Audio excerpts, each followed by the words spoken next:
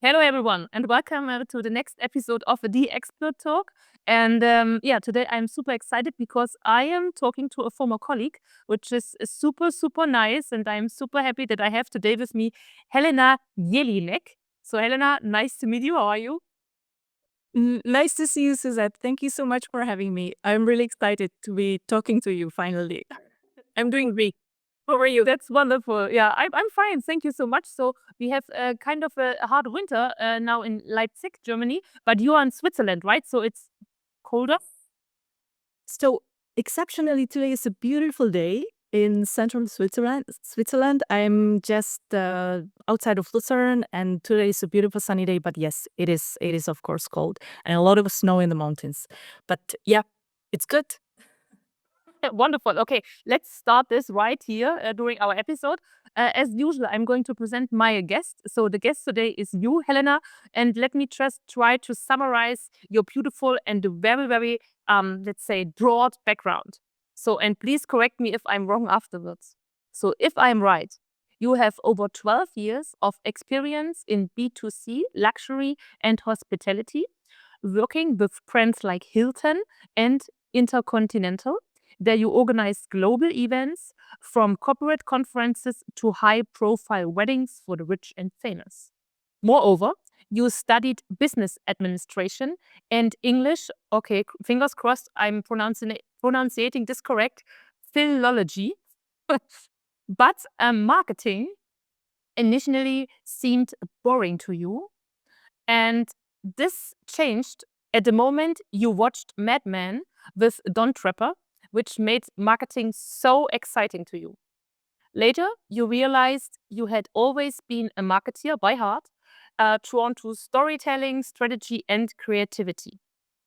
Embracing challenges, you took your first marketing role in the photonics industry, where we both met, luckily, and you found this kind of intimidating at first, but far more rewarding than selling soda. Now, with years of experience in the field, you are still mastering the art of making complex tech compelling. So, Helena, I really enjoy having you today in the show. And I would like to start with a kind of a phrase of motivation you like to use.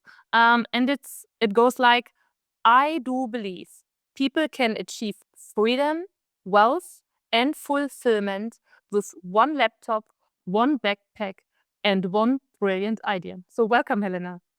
Thank you so much. Yeah, wonderful. I guess everything was correct, what I just summarized, yes? Correct. Correct. Yes. So, and we had a small chit chat up front because we saw each other so long time ago. And I'm sorry I did not record this, right? But it was more personal. And I guess we already started also discussing that there is a big difference between branding and marketing. So, and as you are a marketeer, yeah, by heart, I would like to understand what is marketing and branding and how do they differ from each other? Great question at the beginning. So, marketing and branding are two different things, but very much related. So they really sort of overlap and influence each other, but they're different. And speaking about marketing, so when I tell someone that I'm a marketer and I do marketing, people typically have this idea. Okay, so you're working on ads, you are just wasting time on social media, you are creating taglines, maybe you're doing a bit of graphic design, uh, writing articles, and like it could be all true, but doesn't have to be. So marketing can be actually described in one single word, and that's actually strategy. This is really my opinion, and marketing is strategy. Period. All the things that I spoke about before are tools that you can use during this strategy. So that's marketing. Branding, on the other hand, is very much related to to the soul of the company or of the business. So it doesn't have to be necessarily only about the corporate identity, meaning like logos, fonts, colors. Of course, there is that, but it's more about creating this unique world, like this unique um, sort of atmosphere where you actually create the rules and you build a story. So you have to know why you started this business for, who you started it for, what are your values, what you really believe in, how you want to be perceived. So it's about positioning. And so now, as I describe both of them, I think it is already clear that branding comes first and marketing comes after. Because first you have to know who you are before you actually want to know where you want to be in the future. So this is how I describe those two. Thank you, Helena. I very like this differentiation, and it's tough for me still, to understand. So I would like to ask a follow-up question. So, um, if we speak about branding, so branding is something like the identity of the company, or of the product, or of the service I'm going to brand. Mm, it it's the whole reputation and how the company or the business is perceived. So I always say this sentence, like everything communicates, really. How you show up, how you present yourself, how you communicate, and it's not about just people in the company, but it's about the products, like what kind of style you use and visuals and all these elements build this sort of brand house, or yeah, we can call it like this. It's some kind of house that you build for the business, and whatever you believe in, whatever you want to achieve, you keep in this house, and you make sure that everything is aligned. That's good. Yes, I can completely understand what you're just explaining. So to make it a bit more, let's say, realistic, how about how what is it how to say it? I believe it's quite difficult to brand a product or a service which is like more tech, in the tech area. So how could I do this? So if I have a product, like you worked before in the photonics industry and you worked along, with all those tech companies. So Yeah. do you have maybe kind of a tip or a hint, how could I do branding, especially in a very tech compelling industry? I think this is very complex, and still until now I find this quite difficult and challenging. And I always say, like, I've been in the industry for 6 years or 7, but I'm still figuring that out. Because first of all, you need to make sure that you know who you are and what your product is for, who your product is for. That means you start with the audience, and based on the audience and your customers, you kind of work your way backwards. Okay, so what kind of atmosphere is in this industry? How do people typically communicate? What are the channels? Where do they meet? Um, and all that. So branding in this industry is still, I tend to say, it's still a bit boring, like a bit serious.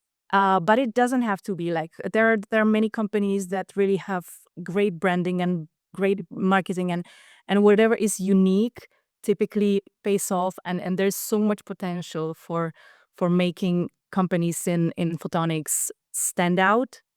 But people tend to still think like, oh, maybe this is too risky. Maybe like, there are like a lot of scientists, a lot of smart people, and people with PhDs, and a lot of uh, high level, high profile people. And so, but yeah, I think you can have exciting marketing even in this industry, and you just have to be a bit more like yourself. Just be more real. Especially like now in this age like of AI, etc. Of course, like these are great tools that help us a lot and make our work efficient and help us like get rid of the boring work and the boring tasks and all that. But still, like it also creates a bit of like empty content, and you can see like daily in social media, blog posts, social media posts, images. Like there are things that are not really saying anything, you know, and you have to just become more human, I guess. Still, even in the area of components, I think it's all about the relationships and how we treat the customers. Like it's a lot about customer service, about long-term relationships, and reputation and reliability for sure. Yeah. Thank you so much. I could totally agree. I mean, during my time in photonics, I guess I had seen, I don't know, hundreds of companies trying to place their new laser, into the market. In the marketing, they tried, were like, okay, this is now a very exciting graph of the intensity and the wavelength, and we have this bandwidth and so on. So it's a super good laser. But this is not marketing, right? I mean, for me, this is just like this is a sheet of this is of data, right? But at least, yeah, sorry. Go ahead. I just had one thought that I want to say. At least you're actually saying what it is, and this is important. You just need to find out like more interesting way how to say it. But what is worse, um, that is happening a lot now, especially like as we are using AI and we're kind of like out of ideas, and especially in this like technical field, there are these like empty taglines like step into the future and unlock the potential of innovation. And I mean, I've been there. I made those mistakes as well. I confess. Because it was, I think, when ChatGPT was still a bit fresh and everyone was kind of doing their experiments over there. But yeah, now you can see it like everywhere, and it's a bit like too much. And then when you go to an exhibition, for example, and half of the booth have like all these very similar, obviously AI generated taglines, step into the future, unlock the potential. And I'm already thinking like, I saw the same thing 1 year ago. So that means I'm already in the future, and the future is still boring. I'm sorry. Yeah. So yeah, All right. What's now? you have to use a lot of creativity to actually find the right balance for saying what you actually have, who it is for, what problem you're solving. That's very important in the B2B tech. You have to be solving a concrete problem. You have to be making the world somehow better. So, yeah.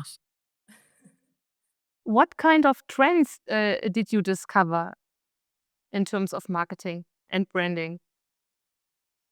So, well, I don't believe in trends too much. I mean, uh, yes, actually, I would say in my professional life, there are three things I do not believe in: trends, KPIs, and personal reviews.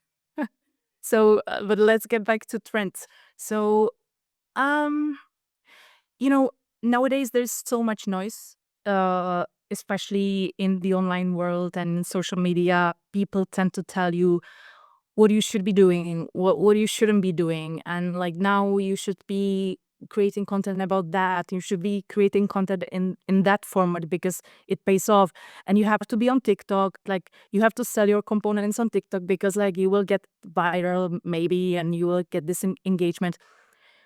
It's all. It's just like people are creating topics to write about, but you have to know what works for you. For example, you are a host of a podcast. Of course, you will be creating videos to snippets of your episodes. Of course, you will be doing videos and maybe in this and that format because this is relevant for your product. But not every company has to be on TikTok. I do not believe that. I'm against that because you would be just wasting your time, really. So you have to find out what works for you. and you don't have to be on so many channels because especially in the tech industry, like there is not so much resources in marketing. So being everywhere, doing everything, you would have to have a lot of resources and the right skills for that. Very good. Another question I just had is what kind of advice, because we also know, the time is flying, the episode is running quite good. So, what kind of advice would you give to companies which still try to figure out their voice? Mhm. So those are companies probably at the beginning of their journey, etc. I I really think that my advice would be just keep it real. just just keep it real, less polished. People appreciate this human approach like now more than ever. So make sure you build your relationships, that you keep showing up at the right places, you keep talking to the people that you're supposed to talk to, but just keep it real. Don't try to be something else. Don't try to chase anyone. Just ask yourself those very few important questions of marketing. What problem you're solving, who you created this product or business for, and what are your values. And based on these three answers, you can figure out your communication and your story onwards. It's very nice, Helena, and I guess this is already wrapping up our episode of today. I think this would be a nice ending to it. Yeah. Yes, so I really enjoyed talking to you. And also, by the way, I have to point out, I was so excited at the beginning, I just forgot that you are currently on the expert market, which means you are open for any kind of job opportunities. So, companies, startups, corporates out there, be fast, get Helena. Contact us, and it would be a pleasure to connect you with Helena Jelinek today. I'm sorry.